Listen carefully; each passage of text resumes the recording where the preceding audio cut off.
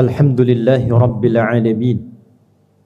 Alhamdulillahilladzi jama'ana mu'minin fafarada 'alaina al-jumu'ata linakuna minadz zakirin. Fanashhadu an la ilaha illa huwal hayyul qayyum. Lahul mulku wa lahul hamdu wa huwa 'ala kulli syai'in qadir.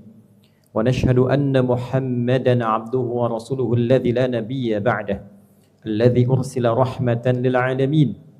هدى الناس من الظلمات إلى النور بإذن الله تعالى اللهم فصل وسلم وبارك وكرم على هذا النبي العظيم الرسول الأمين نبينا وسيدنا محمد وعلى آله الطاهرين وصحبه أجمعين وذرياته وأمته إلى يوم الدين أما بعد فيا عباد الله أحباب الله وأحباب رسوله صلى الله عليه وسلم أوصي نفسي وإياكم بتقوى الله فقد فاز المتقون فلا تموتن إلا وأنتم مسلمون فقال تعالى يا أيها الذين آمنوا اتقوا الله حق تقاته ولا تموتن إلا وأنتم مسلمون. Hadirin jemaah Jumat rahimani wa rahimakumullah. Mengawali khutbah ini, khatib mengajak kita semua tanpa kecuali untuk meningkatkan pujian kita, syukur kita dan takwa kita kepada Allah Subhanahu wa taala.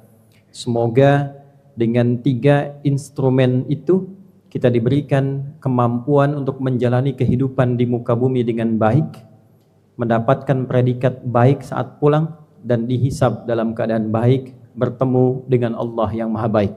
Semoga Jumat ini diberkahi oleh Allah Subhanahu wa ta'ala.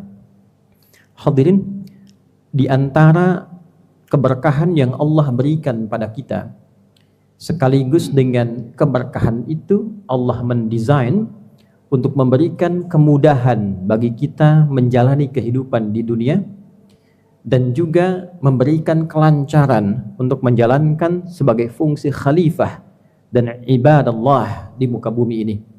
Di antara perangkat itu, Allah anugerahkan kepada kita rizki, yang dengan rizki itu diberikan kadar yang sesuai, yang selaras dengan maslahat kehidupan kita. Nabi SAW pernah menyampaikan perihal rizki ini, dan penyampaiannya didokumentasikan oleh beberapa sahabat Nabi SAW. Di antaranya disampaikan pula oleh Abu Abdurrahman Abdullah bin Mas'ud radhiyallahu taala anhu dalam hadis yang sangat populer. Dikutip hadis ini oleh Imam An-Nawawi, dicantumkan dalam Al-Arba'innya nomor hadis yang keempat. Beliau mengatakan qala haddatsana qala an Abi Abdurrahman Abdullah bin Mas'ud radhiyallahu taala anhu qala Rasulullah sallallahu alaihi wasallam wa huwa as-sadiqul masduq inna ahadakum yujma'u fi batni ummihi 40 yawman nutfah thumma yakunu mithla dhalika 'alaqah thumma yakunu mithla dhalika mudghah thumma yursalu ilayhi al-malak fayanfukhu fihi ar-ruh wa yu'maru bikatbi arba'in bikatbi rizqihi wa ajalihi wa sa'idun huwa fid dunya am syaqiyyun. Al-hadith.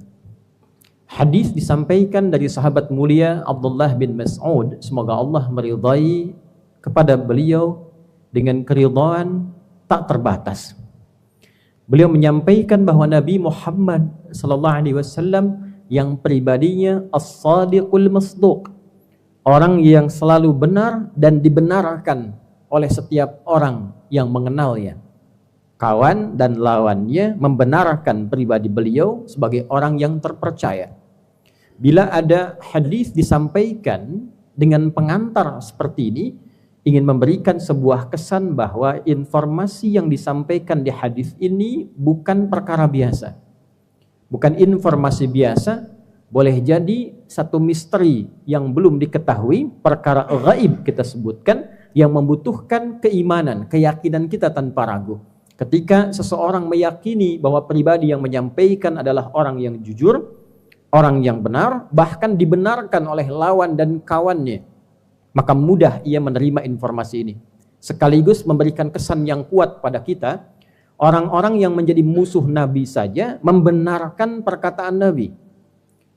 Mereka melawan Nabi hanya karena iri dengan kondisinya, tapi membenarkan bahwa Nabi itu orang benar, orang jujur, dan perkataannya itu benar.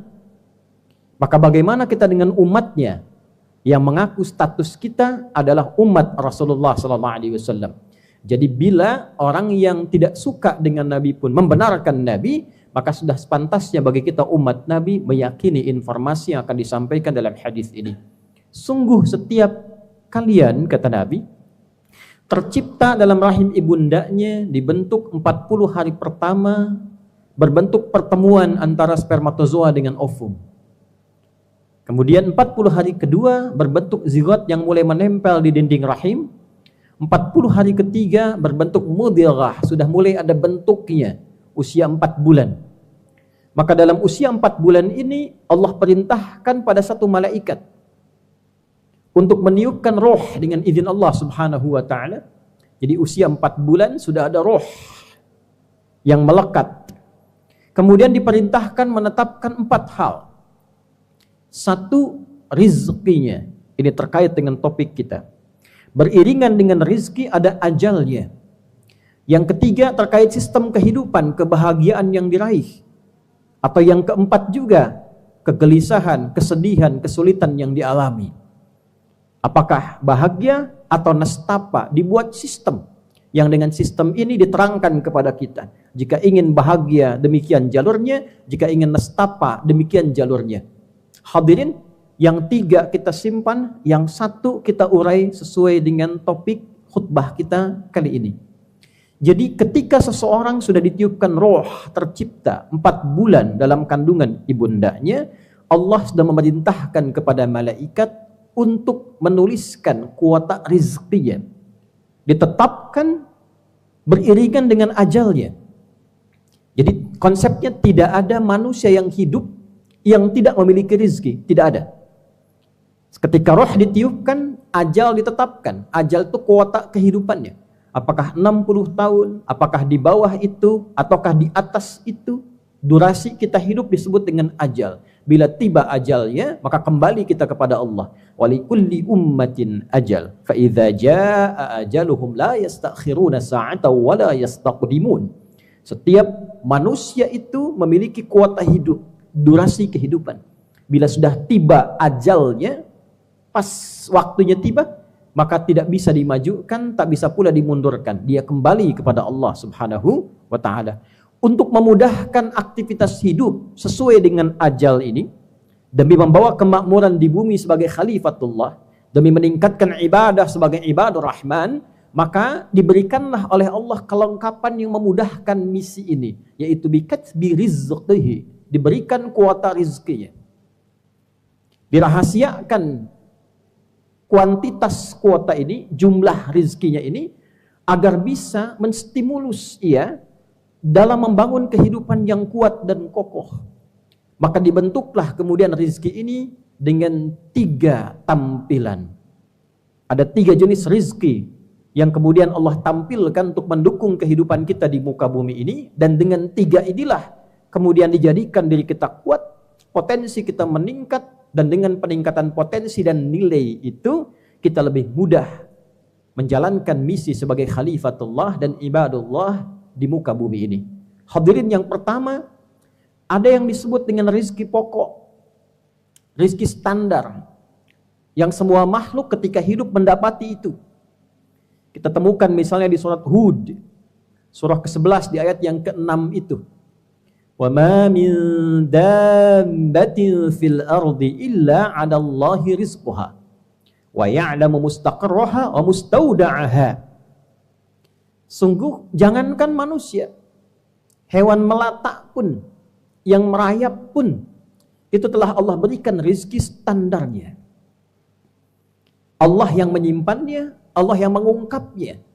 Dan sudah dituliskan rizki standar ini dalam kitab yang mulia, kitab yang nyata, kitab yang mubin. Hadirin, oksigen ini rizki standar. Tidak perlu kita cari uang untuk menghirup oksigen. kecuali dalam kondisi nanti yang khusus pada aspek yang kedua. Rizki standar berkehidupan, mendapatkan ketentraman, mendapatkan kenyamanan. Sistem diberlakukan kepada kehidupan hewan misalnya. Bagaimana burung terbang, berangkat, kemudian pulang bisa mendapatkan rizkinya.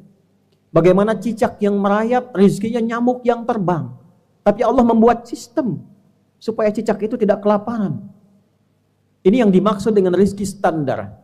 Jadi kita tidak mencari pun, kita masih bisa menghirup oksigen dalam kehidupan kita. Rizki. Hadirin, ada yang kedua dengan cepat. Ada namanya rizki bil kasbi. Rizki yang didesain oleh Allah dengan sistem di kehidupan, sunnatullah fil kaun ini, yang didapatkan dengan cara berusaha untuk mencari. Berikhtiar. Yang dengan mencari ini, di antara hikmahnya, filosofinya, adalah untuk menguatkan semua potensi keunggulan yang ada pada diri manusia supaya itu keluar. Kita mau makan, tidak mungkin tiba-tiba kita berpikir ingin makan, makanan ada dengan sendirinya, mustahil. Terbayang ayam, daging ayam langsung ada, mustahil. Terbayang sate kambing, tiba-tiba langsung ada, mustahil. Mesti diraih dengan ikhtiar kita, usaha kita untuk menjemputnya. Ini yang dimaksud contoh Al-Quran surah kedua Al-Baqarah dari ayat 168 itu. Ya ayyuhan nasu kulu mimma fil ardi halalan thayyiban. Hai semua manusia, silahkan bekerja, berusaha, beraktivitas. Minimal usaha ini menjadi alat untuk engkau bisa mendapatkan rizki kebutuhan makanmu. Silahkan bertebaran di muka bumi. Allah desain. Supaya apa? Dengan mencari itu kita paksa tubuh kita kuat. Kaki dipaksa untuk berjalan, otak dipaksa untuk berpikir. Semakin dipaksa otaknya berpikir, ilmunya ditambah, semakin pintar dia. Semakin pintar, rizkinya semakin mudah ditemukan. Maka ada yang bekerja dengan mengandalkan fisiknya saja. Tapi kalau fisiknya tak kuat, mustahil mendapatkan rizkinya. Ada yang bekerja dengan menambah ilmunya. Dia sekolah. Lulus SMP, SMA, masuk kuliah. Dia belajar. Untuk apa? Sebagian mengatakan supaya dapat pekerjaan. Untuk apa pekerjaan itu? Supaya mendapat rizki. Jadi Allah desain bagian yang kedua ini. Ada rizki yang diupayakan kita mendapatinya dengan cara mencarinya, dengan cara bekerja. Apa hikmah di balik tuntutan bekerja ini? Padahal mudah bagi Allah ketika kita minta, mungkin diberikan. Apa tujuan dari ini semua? Sekali lagi, untuk melatih semua instrumen di tubuh kita, alat-alat organ tubuh kita, baik secara fisik pun demikian intelektual, supaya keluar semua potensi keunggulan manusia itu, dan menjadi lebih berkualitas, lebih baik dibandingkan sebelum dia mengaktifkan kemampuan itu semua. Maka hadirin, ketika ayatnya berkata, ya ayyuhan nas, hai semua manusia, maka hukumnya berlaku universal, general, umum. Tidak mengenal iman di sini. Semakin pandai bekerja, rajin bekerja, giat bekerja, semakin mudah mendapatkan rizki. Jadi pada rizki yang kedua ini, Anda jangan bertanya begini, kenapa dia non-muslim tapi kaya? Kenapa dia tidak sholat, tidak beriman, tapi dia mudah makannya? Coba lihat, bagaimana etos kerjanya, disiplinnya, semangatnya.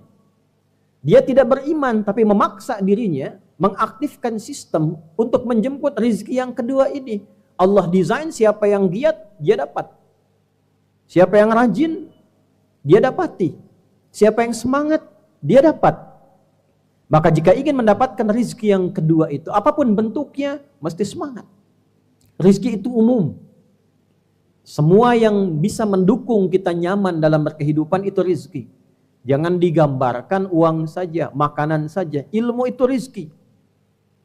Jadi kalau para siswa, para murid, penuntut ilmu, serius belajarnya, rajin belajarnya, giat belajarnya, dapat ilmunya, dapat rizkinya. Pun demikian, anak itu rizki.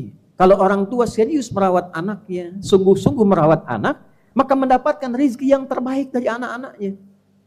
Orang tua juga rizki. Kalau anak serius merawat orang tuanya, berbakti pada orang tuanya, ridha Allah diturunkan lewat ridha orang tuanya, turun rizki. Meringankan hidup, mempermudah pekerjaan, itulah rizki. Tapi semua itu konsepnya ditempuh dengan kesungguhan. Ingin dapat, serius. Ingin meraih, sungguh-sungguh. Baik itu pekerjaan yang sifatnya melahirkan materi, makanan, kedudukan, ataupun yang imateri, yang tidak kelihatan langsung, tak disentuh. Kebahagiaan, pengetahuan, kedamaian, serius, sungguh-sungguh. Yang ketiga hadirin, ada rizki yang ketiga yang diberikan berupa anugerah spesial dari Allah. Dalam bentuk keberkahan yang diakibatkan karena kuatnya tingkat spiritual yang dimiliki. Dekatnya hubungan dengan Allah Subhanahu wa ta'ala. Kedekatan hubungan itu digambarkan dalam bahasa Al-Quran dengan takwa namanya. Semakin meningkat takwanya, semakin dekat rizkinya. Dan melampaui batas yang kedua. Klasifikasi rizki yang dicari bil kasbi dengan usaha standar. Karena dia mendekat kepada Allah dan Allah tanpa batas, maka diberikan rizki melewati batasan-batasan biasa. Itu yang disebut dengan min haitsu la yahtasib. La yahtasib. Tak pernah terhitung sebelumnya. Yang terhitung itu yang diusahakan. Saya kerja dapat gaji segini. Kalau saya ngajar dapat pendapatan sekian. Itu namanya muhtasab, sesuatu yang dihitung. Rizkinya yahtasib, diukur-ukur. Lalu didapatkan dengan kasab. Yang ini min haitsu la yahtasib. Maka turunlah kemudian ayat untuk menegaskan di Quran surah ke-65 itu. Di ayat yang kedua, di ujungnya sampai ayat yang ketiga di awalnya. Wa may yattaqillaha yaj'al lahu makhraja wa yarzuqhu min haitsu la yahtasib. Dan siapapun yang mampu meningkatkan ketakwaannya kepada Allah, takwanya dia tingkatkan. Maka diberikan kemudahan dalam hidupnya, persoalannya diringankan. Yaj'al lahu makhraja, ringan hidupnya. Wa yarzuqhu min haitsu la yahtasib. Bahkan rizkinya pun Allah berikan dari sisi yang tidak dia duga. Rizki pertama dia dapatkan, bernafas juga. Menjalani kehidupan normal, kakinya berjalan, matanya melihat, itu kan rizki. Standar diberikan. Lalu dia beraktivitas juga seperti biasa. Ada yang mengajar, ada yang bertani, ada yang berkebun, ada yang di pemerintahan misalnya, ada yang di institusi-institusi, ada yang di kepolisian, di tentara, bil kasbi, dia biasa. Tapi saat yang sama, dia naikkan takwanya melebihi level-level standar biasa. Takwa ada dalam bentuk ibadah ritual, misal sholatnya. Dzalikal kitabu la raiba fihi hudal lil muttaqin. Siapa muttaqin di sini orang takwa? Ayat 3-nya, alladzina yu'minuna bil ghaib. Dia selalu yakin dengan Allah. Wa yuqimunas shalah, dia tingkatkan salatnya. Dia tunaikan salat dengan baik dan benar, dia tingkatkan. Orang cukup dengan fardu, dia tingkatkan sunnah. Orang kerjakan sunnah siang hari, dia bangun malam hari. Wa mimma razaqnahum yunfiqun. Dia senang juga bersosial. Sosial menambah rezeki. Dia niatkan untuk mendapatkan ridha Allah. Begitu Allah ridha, diberikan min haitsu la yahtasib. Min. Kata para ulama di sini rezeki yang terbaik yang dia pilih. Bukan cuma rezeki biasa. Kalau sumbernya tak bagus, tak dia bagi. Sumbernya bagus, dia bagi. Dan dia membagi dengan pembagian yang terbaik. Walaupun tidak harus banyak, tapi dia siapkan. Punya makanan mungkin dia bagi 2. Punya kurma 2, dia bagi 1-1. Bekal ke sekolah, anak-anak diajarkan. Bawa bekal dibagi dengan teman. Itu Allah berikan rezeki tambahan. Min ladunhu ilma, diberikan tambahan pengetahuan. Konsep ini harus dipahami oleh kita umat Islam.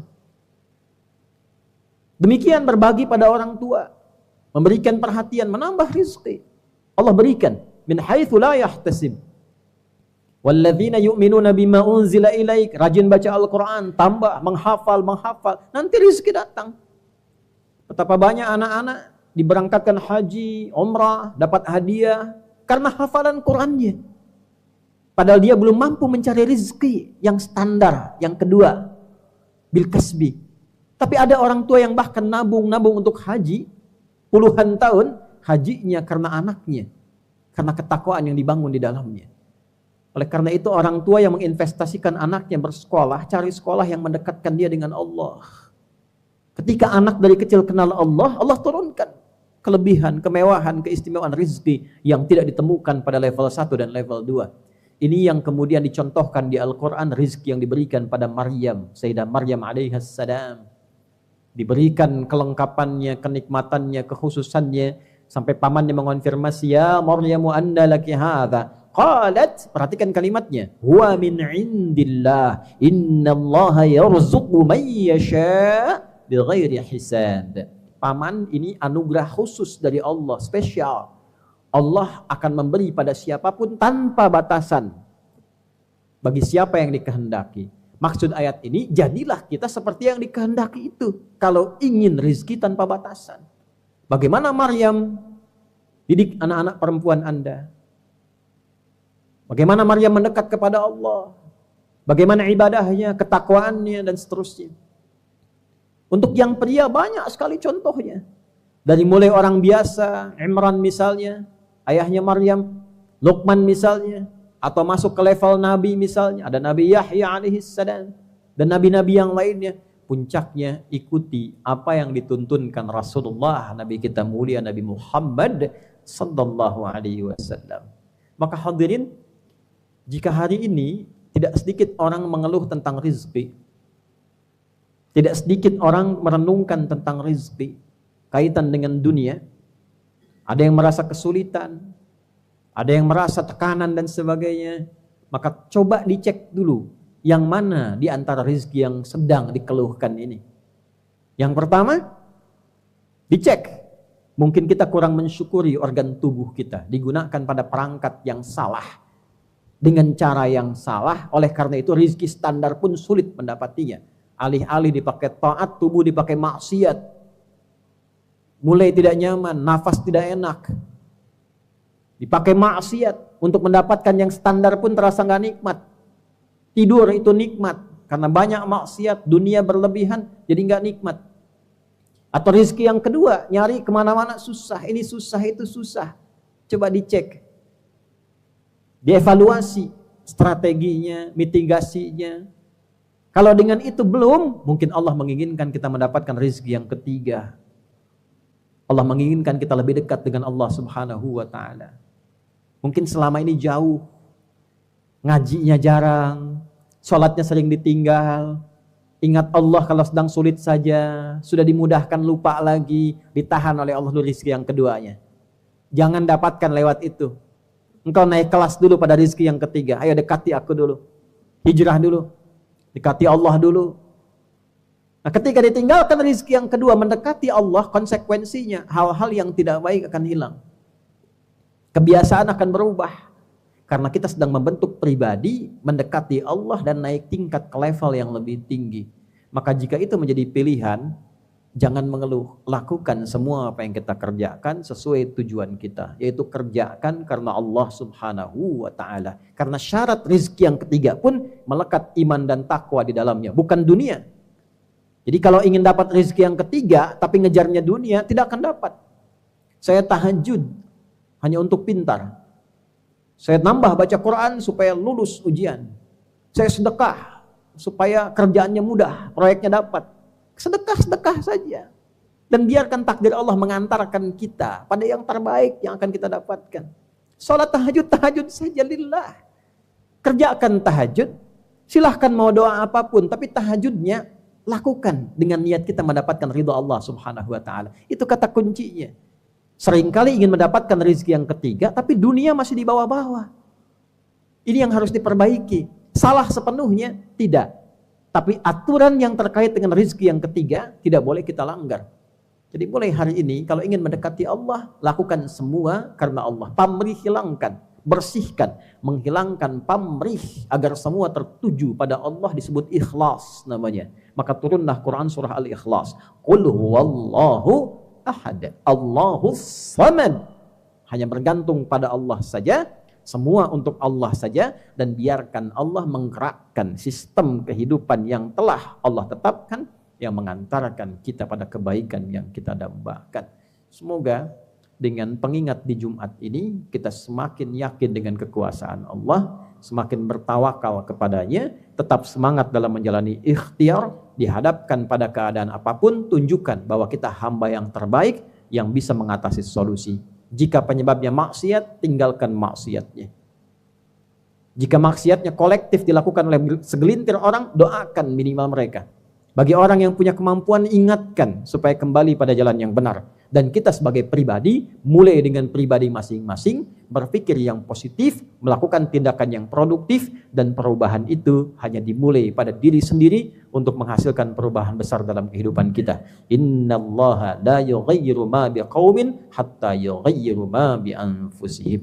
Barakallahu li wa lakum fil Qur'anil azim wa nafa'ani wa iyyakum bima fihi minal ayati wa dzikril hakim. وتقبل مني ومنكم تلاوته إنه هو السميع العليم. ادعوا الله يستجب لنا ولكم جميعا.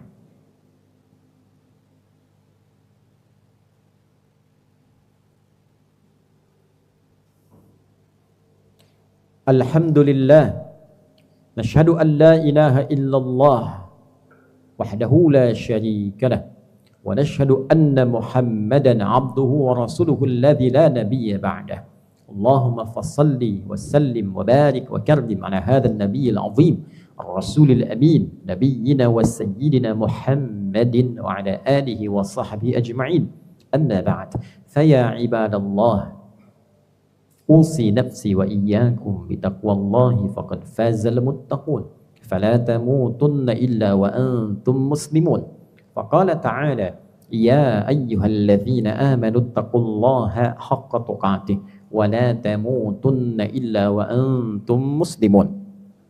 Hadirin, mari kita berdoa kepada Allah Subhanahu wa taala. Semoga dengan doa ini diberikan kita kemampuan dan kemantapan untuk membangun hubungan baik dengan Allah, yang dengan itu merubah sisa hidup kita menjadi lebih baik dan kembali kepada Allah dalam keadaan husnul khatimah. قال تعالى بعد أعوذ بالله من الشيطان الرجيم بسم الله الرحمن الرحيم إن الله وملائكته يصلون على النبي يا أيها الذين آمنوا صلوا عليه وسلموا تسليما اللهم صل وسلم وبارك وكرم على هذا النبي العظيم الرسول الأمين نبينا وسيدنا محمد وعلى آله وصحبه أجمعين. نحمدك حمدا شاكرين حمدا ناعمين حمدا يوافي نعمه ويكافئ مزيده. يا ربنا لك الحمد ولك الشكر كما ينبغي لجلال وجهك الكريم ولعظيم سلطانك. اللهم اغفر للمسلمين والمسلمات والمؤمنين والمؤمنات الأحياء منا والأموات إنك سميع قريب مجيب دعوات ويا قاضي الحاجات. ربنا لا تدع لنا في مقامنا هذا ذنبا إلا غفرته وهما إلا فرجته وعاسرا إلا يسرته أو مريضا إلا شفيته أو حاجة من حوائج الدنيا والآخرة فيها لك رضا وفيها لنا الصلاة إلا قضيتها يا أرحم الراحمين. اللهم ارزقنا من عندك رزقا حسنا طيبا يا أرحم الراحمين.